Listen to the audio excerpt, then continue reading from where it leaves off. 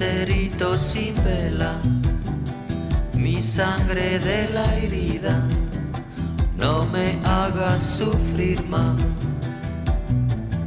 Mi vida, bala perdida, por la gran vía, charquito de arrabal.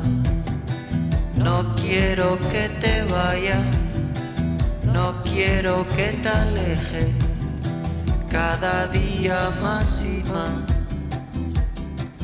Mi vida, lucerito sin vela. Aquí no pegamos los ojos.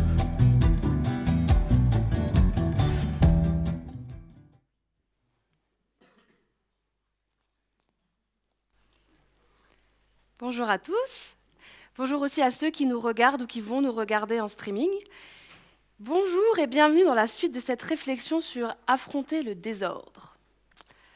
Alors pour ceux, c'est la deuxième partie aujourd'hui, pour ceux qui n'étaient pas là la dernière fois, vous peut-être vous demandez, on a une idée avec les images, mais vous peut-être vous demandez qu'est-ce qu'on peut mettre derrière ce mot désordre. Et c'est vrai qu'on a essayé de réfléchir à plein de mots pour décrire ça. Mais en fait, la dernière fois, dans la première partie, Lorenzo nous avait lancé un petit défi sur les réseaux sociaux, pour ceux qui étaient là. Donc on a une page Facebook, Église de l'Abri, et on a créé un groupe qui s'appelle « Affronter le désordre », qui est attaché à cette page Facebook. Et Lorenzo avait lancé un défi. Il nous avait demandé de publier des photos de désordre qu'on a chez nous, un peu comme on voit sur les vidéos là. Et en fait, plusieurs personnes d'entre vous ont bien participé. C'était assez intéressant de voir les intérieurs des uns et des autres. Et d'ailleurs, je soupçonne que ceux qui ne l'ont pas fait, c'est parce qu'ils avaient trop honte. Et si je dis ça, c'est parce qu'en fait, c'est totalement mon cas. J'ai tellement honte de mon désordre que je n'ai pas publié de photos. Et je me suis dit que j'en publierais une quand ce serait rangé. Comme ça, je pourrais faire un avant-après et ça me sauverait un peu la face. Vous voyez l'idée ? Donc pour l'instant, je n'ai pas publié de photos, donc je n'ai pas encore la possibilité de faire de avant-après.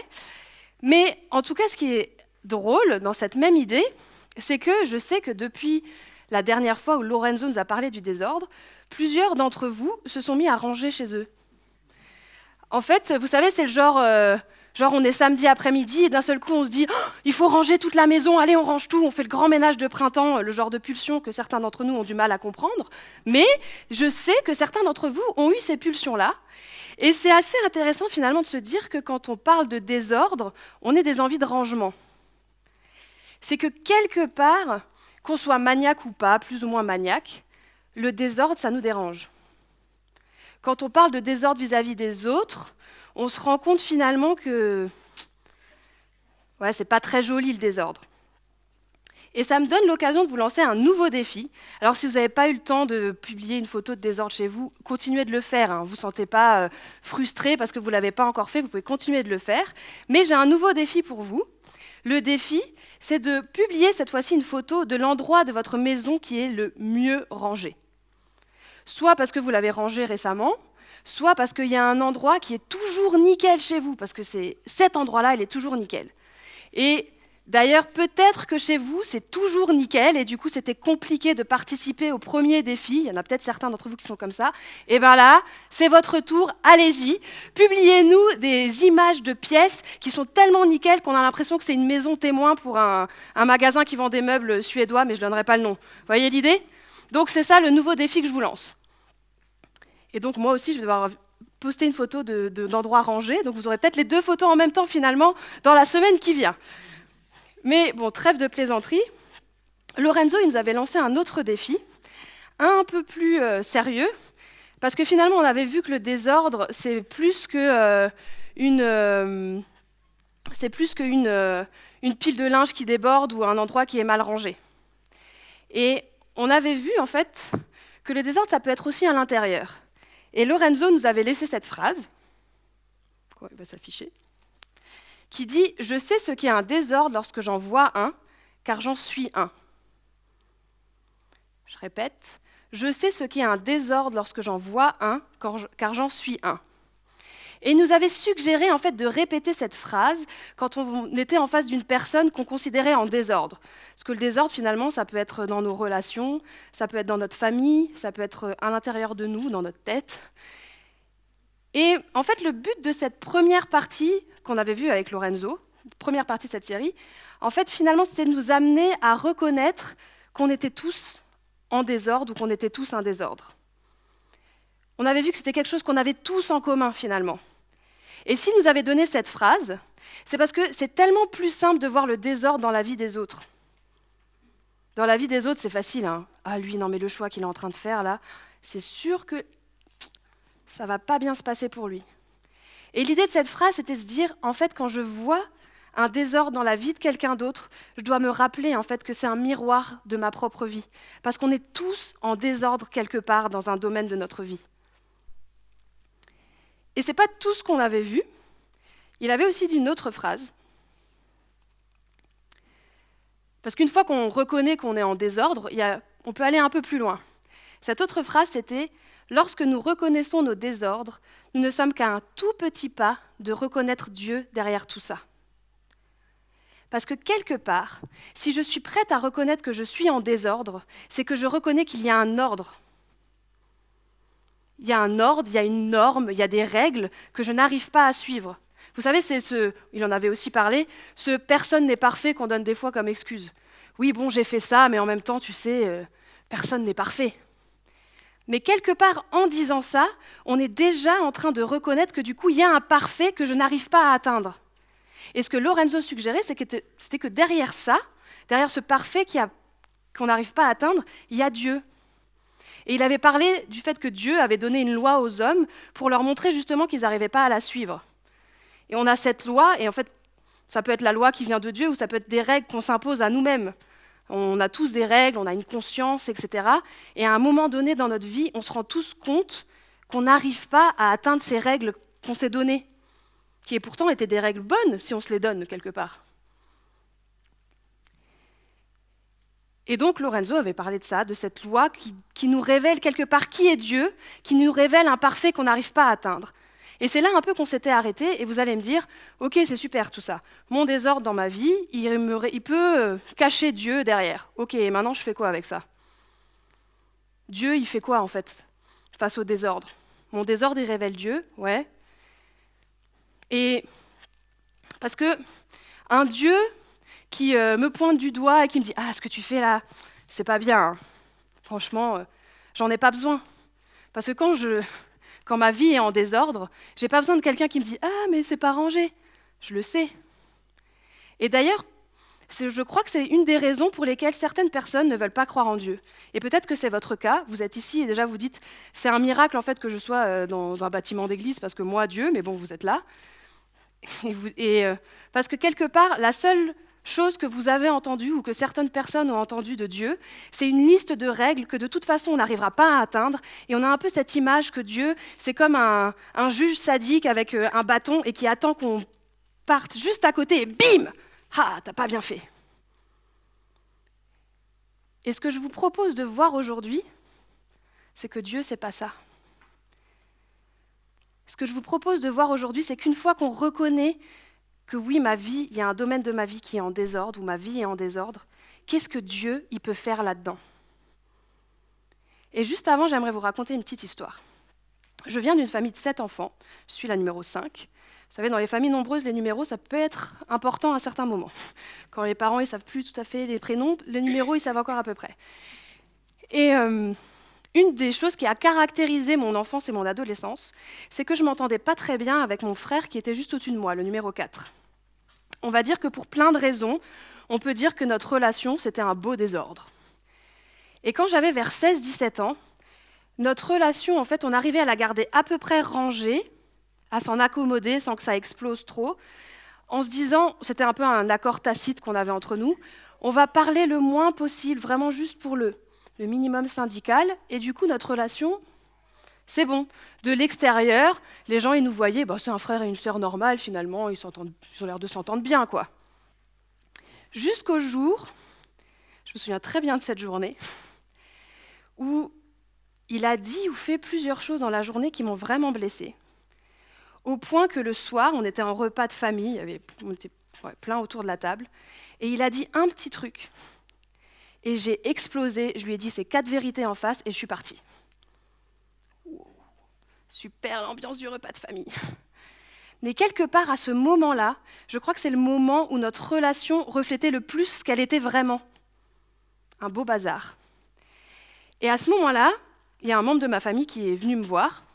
Et quand il est arrivé, je dis non, mais laisse tomber, je ne veux pas en parler, c'est plus mon frère. Et c'est des mots assez forts, mais à ce moment-là, je crois vraiment que je l'ai pensé. Je l'ai pensé vraiment. Parce que dans cette situation, pour moi, cette relation, c'était tellement un désordre, je ne savais pas du tout comment j'allais pouvoir m'en sortir. Et ça me faisait tellement mal, parce que quelque part, j'avais un idéal de ce que c'est une relation frère-sœur. Et je voyais bien qu'on ne l'atteignait pas. Et cette différence me faisait tellement mal, et je ne savais tellement pas comment ça pouvait se recoller, que je préférais me dire, en fait, je laisse tomber l'idéal, on n'est pas frères et sœurs, comme ça, réglé.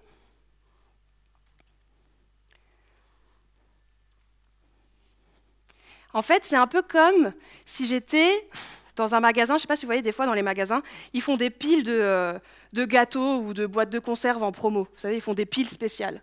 Et ça m'est jamais arrivé, mais j'ai déjà vu des vidéos, c'est assez drôle. Vous savez, c'est ce moment-là, dans ma relation avec mon frère, c'est ce moment où je prends un paquet de gâteaux de la pile, et en fait, c'est pas le bon paquet, et je le prends, et il y a toute la pile qui s'effondre. Vous voyez le genre? Et là, c'est ce moment où tu es là, dans le magasin, et tu te dis, avec ton paquet de gâteaux dans les mains, et tu as tout qui tombe là, et tu te dis, qu'est-ce que je fais? Est-ce que je me barre? Genre, non, j'ai rien fait. Est-ce que j'attends que quelqu'un vienne m'aider? Est-ce que je commence à ramasser? Et en plus, il y a du monde, donc en fait, les paquets de gâteaux, ils sont explosés, il y a des gens qui marchent dessus, il y a des miettes partout. Et c'est un tel désordre que vous vous dites, mais comment on va pouvoir ranger ça? Il n'y a rien que je peux faire pour l'arranger. Et c'est de ça que j'aimerais qu'on parle aujourd'hui. C'est de ce désordre-là. C'est ce désordre-là que j'appelle le meilleur de tous. C'est cet endroit dans votre vie, dans ma vie, ce moment où je réalise que c'est tellement en désordre que je ne sais pas par où commencer pour l'arranger. Je ne peux pas l'arranger, je ne sais pas comment faire. Et ce que j'aimerais voir avec vous aujourd'hui, c'est que ce désordre-là, il donne l'opportunité à Dieu de s'approcher de moi. C'est pour ça, quelque part, je l'appelle le meilleur désordre de tous. Parce que quand je suis au fond et que je ne sais plus comment remonter, quelque part, mon désordre, il donne l'opportunité à Dieu de s'approcher de moi. Qu'est-ce que Dieu il peut faire face au désordre? Je crois que Dieu il s'approche. Et c'est ce que je vous propose de voir. On va lire un texte. Lorenzo, je crois, en avait un petit peu parlé. Qui parle de qu'est-ce que Dieu fait face au désordre du monde. Oui, Dieu a tant aimé le monde qu'il a donné son Fils, son unique, pour que tous ceux qui placent leur confiance en lui échappent à la perdition et qu'ils aient la vie éternelle. Qu'est-ce que Dieu il a fait face au désordre du monde? Il l'a aimé. On pourrait rajouter le monde en désordre derrière, là, au milieu, si on voulait. La première chose que Dieu a fait face au désordre qu'il voyait dans le monde, c'est qu'il a aimé ce monde et il a envoyé son Fils dans ce monde. Il s'est approché. Vous savez, quand Jésus était sur terre, une des choses qu'il a beaucoup répétées, il a beaucoup dit, moi, je ne viens pas de mon propre chef, je viens de la part de Dieu. Je viens de la part de mon Père, et je suis venu pour vous montrer comment était Dieu. Dieu, vous ne le voyez pas, mais si vous m'avez vu moi, vous voyez Dieu. Je suis un reflet de Dieu. Et donc, quelque part, si on veut savoir comment Dieu y réagit face au désordre, qu'est-ce qu'il fait face au désordre? Qu'est-ce qu'il fait face à l'être humain? Eh bien, la meilleure façon de le savoir, c'est de regarder comment a réagi Jésus. Et on a un début de réponse là. Le texte continue. En effet, Dieu n'a pas envoyé son Fils dans le monde pour condamner le monde, mais pour que celui-ci soit sauvé par lui. Attendez. Dieu n'a pas envoyé son Fils dans le monde pour condamner le monde, mais pour que le monde soit sauvé par lui. Vous savez, l'image du juge, là, ah, t'as pas bien fait. Ça dit complètement l'inverse. Dieu, face au désordre, il a aimé ce monde qui était en désordre et il a envoyé son Fils, non pas pour le condamner, pas pour dire « Ah non, mais là, c'est pas bien ce que tu fais », pour que le monde soit sauvé par lui. Dieu, il envoie une solution dans ce désordre-là.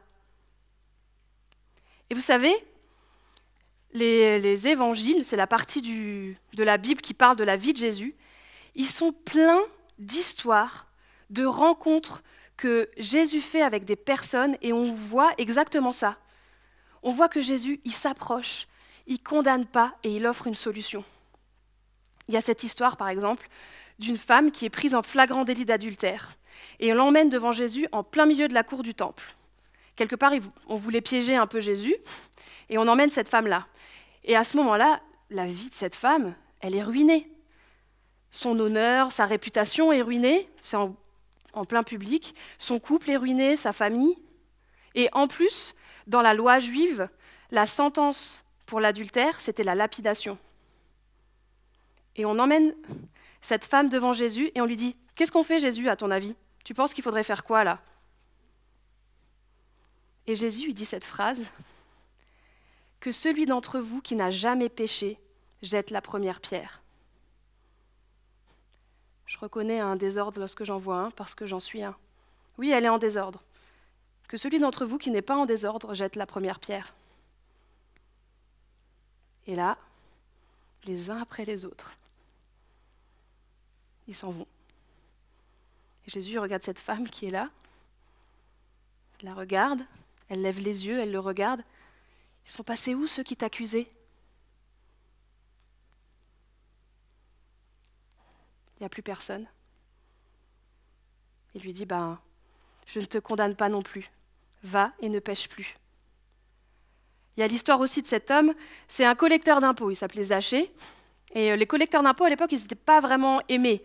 Parce que, en fait, je ne sais pas si aujourd'hui ils sont plus aimés, c'est vrai. Mais à l'époque, en fait, cet homme collecteur d'impôts, il avait été embauché par les Romains qui occupaient les pays où habitaient les Juifs pour récolter l'impôt que les Juifs devaient aux Romains. Sauf qu'en fait, quand ils demandaient l'impôt, ils prenaient l'impôt et un petit peu plus. Et ce un petit peu plus, ils se le mettaient dans la poche. Donc ce gars, il s'était enrichi en volant à tous les gens autour de lui. Donc je vous laisse imaginer un peu à quoi ressemble sa vie sociale. Alors oui, peut-être qu'il est riche, mais je ne suis pas sûre que ça l'aide beaucoup à ce moment-là. Enfin si, mais... En tout cas, dans ses relations avec les gens autour de lui, c'est un beau bazar. Parce que les gens ne l'aiment pas, ils savent qu'ils le volent et ils ne peuvent rien faire. Et Jésus passe dans la ville où habite Zachée. Et Zachée a entendu parler de Jésus et il a entendu parler de cet homme qui dit des choses, des choses qui ont l'air bien, etc. Il veut le voir. Sauf qu'il est un petit peu petit et il y a une grosse foule et puis il n'y a personne qui le laisse passer, forcément. Et du coup, il est obligé de monter sur un arbre pour pouvoir voir Jésus. Et Jésus traverse cette ville et il se retrouve au pied de cet arbre. « Hé Zachée, descends, je veux venir manger chez toi aujourd'hui. » Zachée. Et tous les autres autour, « Attends, il a dit quoi Jésus? Il veut aller manger chez Zachée? Non mais attends, tu peux aller manger chez quelqu'un de bien Jésus quand même. Lui on voit quand même que sa vie, ça craint. » Il y a l'histoire aussi de cette femme samaritaine qui va chercher de l'eau au puits à une heure où elle est sûre qu'elle rencontrera personne. Et en fait, c'est parce que sa vie, c'est tellement le bazar qu'elle aussi, elle a un peu honte. Elle a eu plusieurs maris, l'homme avec qui elle vit là, c'est pas son mari. Et en fait, elle vient à midi chercher de l'eau, alors que c'est en plein cagnard et que franchement, dans ces pays-là, on ne va pas chercher de l'eau à midi. Parce que justement, elle veut croiser personne, elle ne veut pas voir toutes ces personnes, tout ce village dont elle ne se sent plus faire partie parce qu'il y a ce jugement, etc. Parce que sa vie, c'est un bazar. Et il y a Jésus au puits, elle veut voir personne, elle tombe sur Jésus. Mince. Et ils ont cette discussion, et dans cette discussion, Jésus en vient à lui dire, mais en fait, moi, celui qui boira de l'eau que je lui donnerai n'aura plus jamais soif.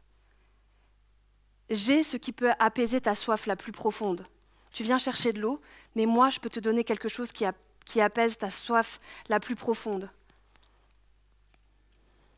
Qu'est-ce que Dieu y fait face au désordre? Qu'est-ce que Jésus a fait face au désordre dans ces trois histoires? Il s'approche, il ne condamne pas et il offre une solution. Et vous savez la solution que Jésus offre face au désordre? Ça va venir. Lui-même. Dieu n'a pas envoyé son Fils dans le monde pour condamner le monde, mais pour que le monde soit sauvé par lui. C'est moi la solution. Je m'approche de toi, je ne juge pas ton désordre et je t'offre une solution. Moi. Parce que le message de Jésus, à chaque fois, c'est le même. Laisse tomber le péché et suis-moi. Suis-moi. Je ne te condamne pas, je ne te demande pas de tout changer du jour au lendemain, mais suis-moi. Dieu, ce n'est pas un Dieu lointain qui nous regarde du haut du ciel et qui sait que je vais pouvoir juger. Non, c'est un Dieu qui s'approche et qui se donne. Suis-moi. Vous savez, juste après cette histoire avec la femme qui a commis un adultère, Jésus reprend la parole et il va dire ça. Jésus parla de nouveau en public. « Moi, je suis la lumière du monde, dit-il. Celui qui me suit ne marchera pas dans les ténèbres. Il aura la lumière de la vie. » Quand je suis en désordre, c'est un peu comme si j'étais dans le brouillard, j'étais dans les ténèbres. Et quand on est dans les ténèbres, on a besoin d'une lumière. Et Jésus, qu'est-ce qu'il dit ? Je suis la lumière du monde. Tu es dans les ténèbres ? Je suis la lumière. Quand on marche en forêt et qu'il n'y a qu'une personne qui a une lampe de poche, eh ben, tout le monde la suit, bizarrement, cette personne. Parce que là, il y a de la lumière. Suis-moi, celui qui me suit ne marchera pas dans les ténèbres. Et j'ai une question pour vous. Si vous réfléchissez à un désordre ou au désordre que vous avez dans votre vie, est-ce qu'au moment où vous avez fait des choix qui vous ont amené dans cette situation-là, vous étiez en train de suivre Jésus, suivre Dieu ? J'attendais pas forcément la réponse, mais si on est honnête avec nous-mêmes, non. Alors certains me diront, mais moi j'ai jamais entendu parler de Jésus, donc je voulais pas le suivre, ou je veux pas le suivre, et on peut tous faire ce choix-là. Mais juste si on réfléchit dans la logique, au moment où on a fait des choix qui nous ont amenés dans le désordre dans lequel on est, on n'était pas en train de suivre Dieu. Mais en fait, souvent, quand on a un problème, on aimerait bien avoir une solution immédiate et facile. Parce que quelque part, suivre Jésus, qu'est-ce que ça veut dire ? Déjà, qu'est-ce que ça veut dire ? On va en parler un peu après. Mais j'ai l'impression que ça demande un peu plus de moi-même que juste quelqu'un qui viendrait réparer tout d'un seul coup. Bim ! Genre à la Mary Poppins. Et des fois, je crois qu'on aimerait bien que Dieu, ça soit un peu Mary Poppins dans nos vies. Genre là, j'ai un gros bazar, est-ce que tu peux ranger tout ça en un claquement de doigts ? Puis après, tu t'en vas et je te rappelle dès qu'il y en a de nouveau. C'est un peu comme quand j'étais petite et que ma mère, elle rangeait ma chambre. J'arrive, oh, génial, c'est rangé ! Ouais, jusqu'à ce que je remette du désordre.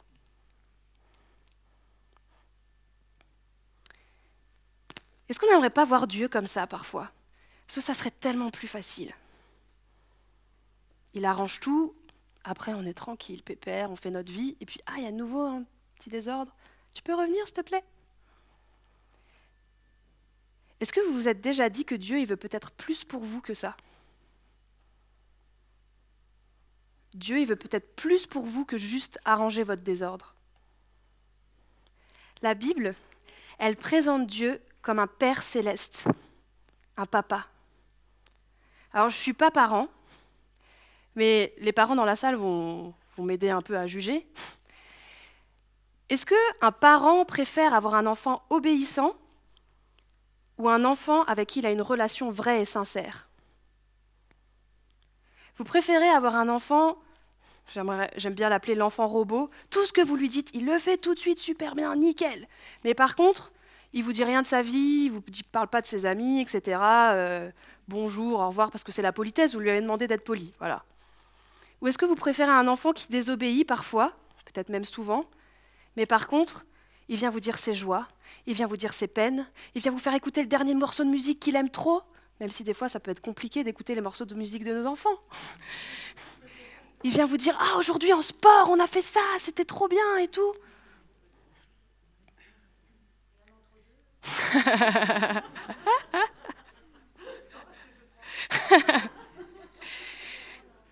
Mais Dieu, il est décrit comme un père.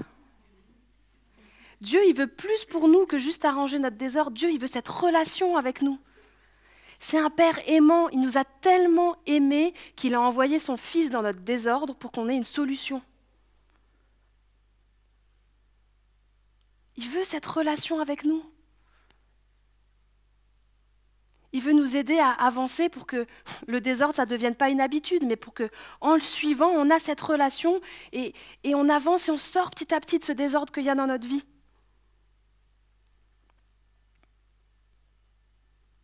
L'attitude de Jésus, dans toutes ces histoires, toujours la même. Il s'approche, il ne condamne pas, il offre une solution. Suis-moi. Vous allez me dire, bon, ça veut dire quoi suivre Jésus alors ? Parce que ce qui est intéressant dans ces histoires, je ne vous ai pas forcément raconté la fin, mais c'est que ces personnes, elles ont rencontré Jésus, et il y a quelque chose qui a changé dans leur vie. Zachée, par exemple, il va rembourser l'argent qu'il a volé. Et même avec les intérêts, il va donner plus que ce qu'il avait volé à la base. La femme samaritaine qui va puiser de l'eau au puits, à midi, parce qu'elle veut voir personne, elle veut surtout pas parler avec les autres, elle rencontre Jésus, elle retourne au village, elle va voir tout le monde, elle dit « Eh, venez voir, il y a un homme qui m'a dit tout ce que j'ai fait. Il y a un homme qui m'a mis mon nez dans mon désordre. Il savait tout. » Ce n'est pas les mêmes personnes avant et après. Qu'est-ce que ça veut dire suivre Jésus ? Je vous propose de voir une image que Jésus a utilisée pour expliquer ça un petit peu. Il a raconté un peu une histoire, il prend une image. Il dit « C'est pourquoi celui qui écoute ce que je dis et qui l'applique ressemble à un homme sensé qui a bâti sa maison sur le roc. » Celui qui écoute ce que je dis et qui l'applique. Celui qui écoute ce que Jésus dit et qui l'applique, il le compare à un homme sensé qui a bâti sa maison sur le roc. Il parle de bâtir une maison. Alors, je ne suis pas une spécialiste en construction de maison, il y en a d'autres qui le sont dans cette pièce. Mais en tout cas, ce que je sais, c'est que bâtir une maison, c'est bien loin de la solution immédiate à la Mary Poppins qu'on aimerait avoir des fois. Bâtir une maison, ça prend du temps. Ça demande, on met des fondations, on réfléchit, ça demande des efforts. Ça ne se fait pas comme ça du jour au lendemain. Et quelque part, celui qui suivre Jésus, c'est écouter ce qu'il dit et l'appliquer. Ça paraît simple comme ça, hein, mais c'est pas toujours facile d'appliquer ce que Jésus dit. Et le texte continue. Il a plu à verse, les fleuves ont débordé, les vents ont soufflé avec violence. Ils se sont déchaînés contre cette maison. Elle ne s'est pas effondrée car ses fondations reposaient sur le roc. Celui qui écoute ce que Jésus dit et qui l'applique, il est comparé à cet homme qui construit une maison qui est solide. Peu importe tout ce qui se passe, elle tient bon. Et donc, quelque part, ce n'est pas une solution immédiate, mais c'est une solution qui tient plus la distance.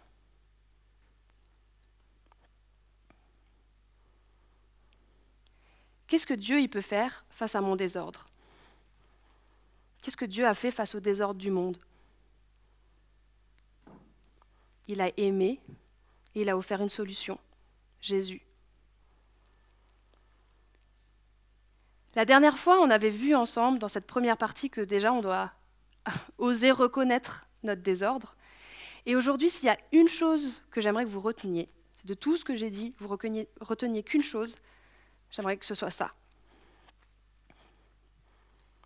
Ça va arriver. Reconnaître un désordre dans lequel je me trouve n'est pas suffisant pour m'en sortir, mais je peux suivre quelqu'un qui me montre le chemin. Je le redis, ça. Reconnaître un désordre dans lequel je me trouve n'est pas suffisant pour m'en sortir. C'est un début, mais ce n'est pas suffisant. Mais je peux suivre quelqu'un qui me montre le chemin. Je peux suivre quelqu'un qui va éclairer ce chemin pour moi. Mon désordre, je veux en sortir. Je peux suivre quelqu'un. Je disais au début que notre désordre donne à Dieu le potentiel de s'approcher de nous. Vous savez pourquoi Jésus ne condamne pas les gens qui croisent ? Pourquoi Dieu ne les condamne pas non plus ? Parce qu'en fait, il n'a pas besoin. Le désordre dans leur vie l'a déjà fait. Franchement, j'ai pas besoin que quelqu'un me dise que ma chambre n'est pas rangée. Je le sais. Quand on est en désordre, on n'a pas besoin de quelqu'un qui nous pointe du doigt le désordre. On le sait. On sait que le désordre, ça nous fait du mal. On sait que ça nous détruit de l'intérieur.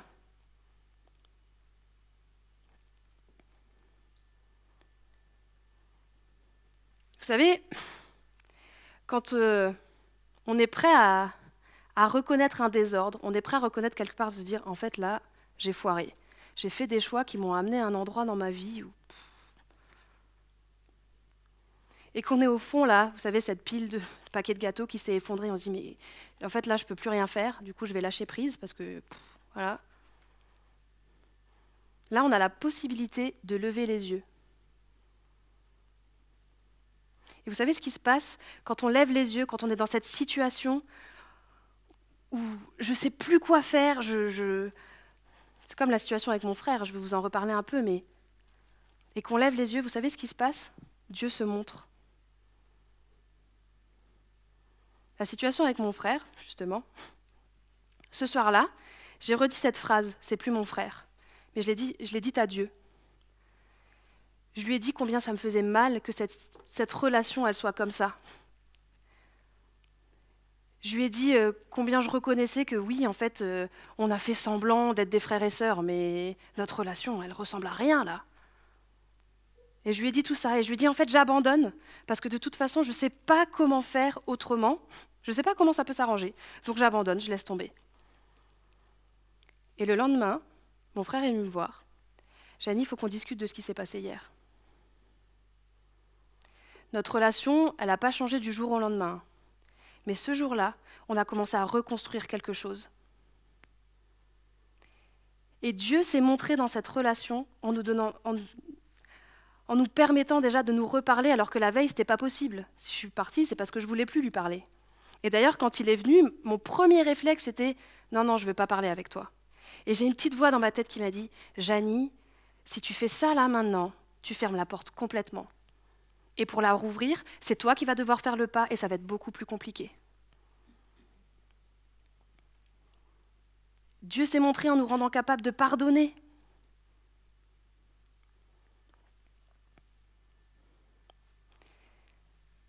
Dans toutes les rencontres qu'on voit entre Jésus et d'autres personnes dans les évangiles, ces rencontres où les gens rencontrent Jésus et ça change complètement leur vie, il y a ce schéma-là qui est quasiment systématique, Les personnes qui sont en face de Jésus, elles passent par tous ces états. J'ai foiré, j'ai lâché prise, j'ai levé les yeux, Dieu s'est montré. Et vous savez pourquoi je suis sûre de cette dernière phrase-là, Dieu s'est montré? Vous savez pourquoi je suis sûre que quand je reconnais que j'ai foiré, quand je lâche prise et quand je lève les yeux, Dieu se montre? C'est parce que ce n'est pas juste l'histoire de personnes qu'on trouve dans la Bible ou de personnes qui ont vécu il y a 10 000 ans. C'est l'histoire de plein de personnes qui sont dans cette pièce.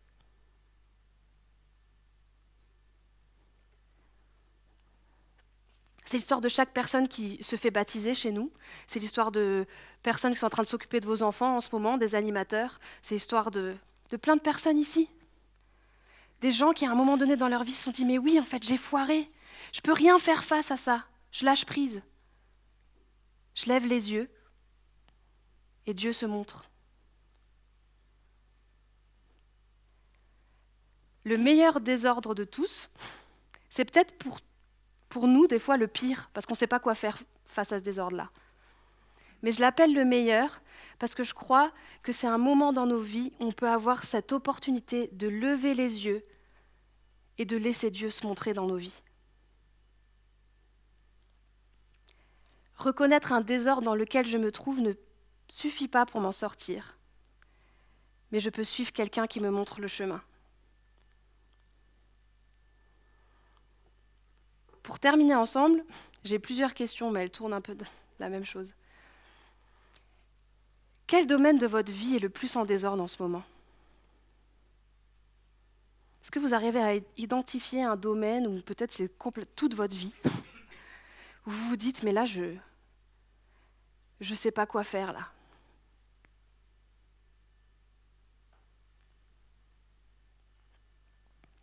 Vous savez, c'est ce désordre tellement énorme qu'on se dit, mais comment je vais m'en sortir? Et si Jésus, c'était la solution pour sortir de ce désordre-là?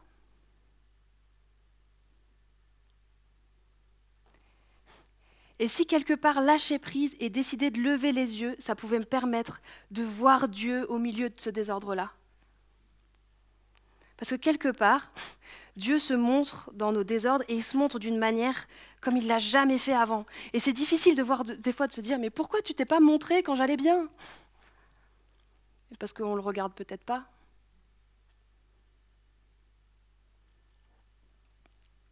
Jésus, il s'est donné lui-même comme solution pour sortir de notre désordre. Il ne nous condamne pas. Et on a toujours cette possibilité de le laisser s'approcher de nous là où on en est.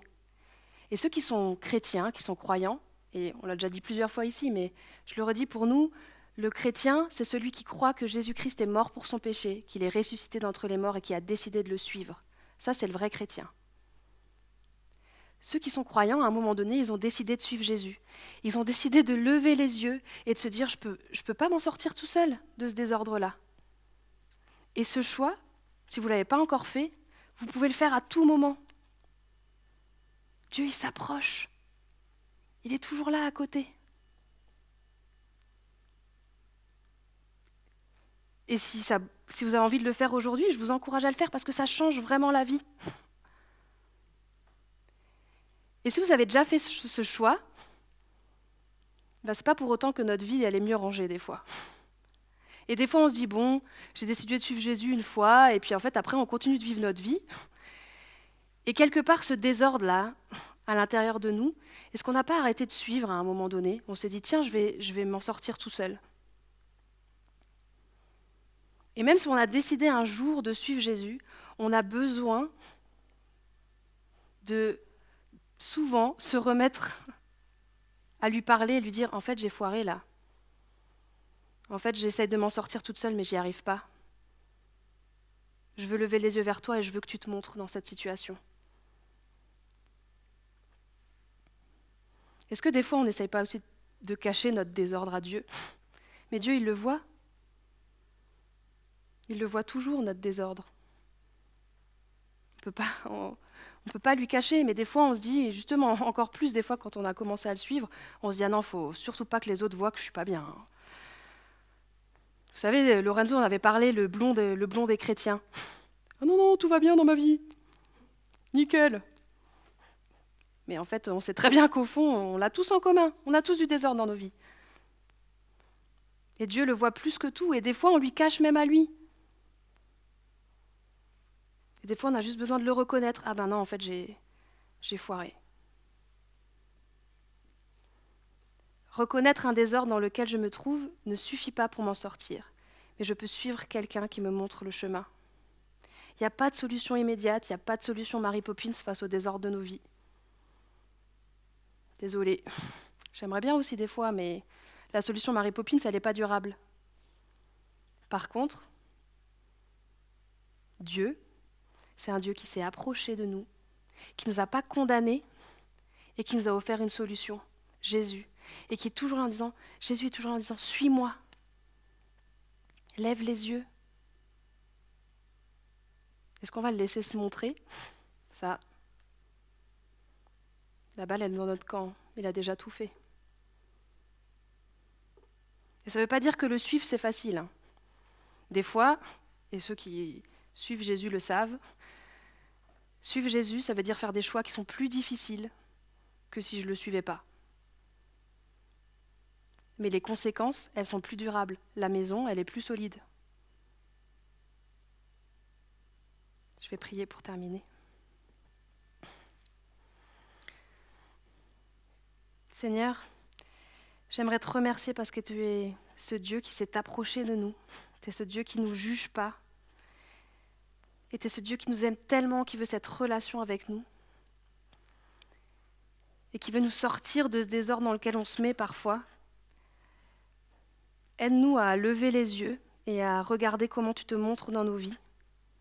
Aide-nous à lâcher prise quand on essaye de s'en sortir tout seul. Et merci pour Jésus qui est cette solution à mon désordre. Merci pour ce chemin, cette personne que je peux suivre pour trouver mon chemin hors du désordre de ma vie. C'est un truc de fou, en fait. De dire que le Dieu qui a tout créé veut cette relation personnelle avec chacun d'entre nous. Merci pour ça. Amen.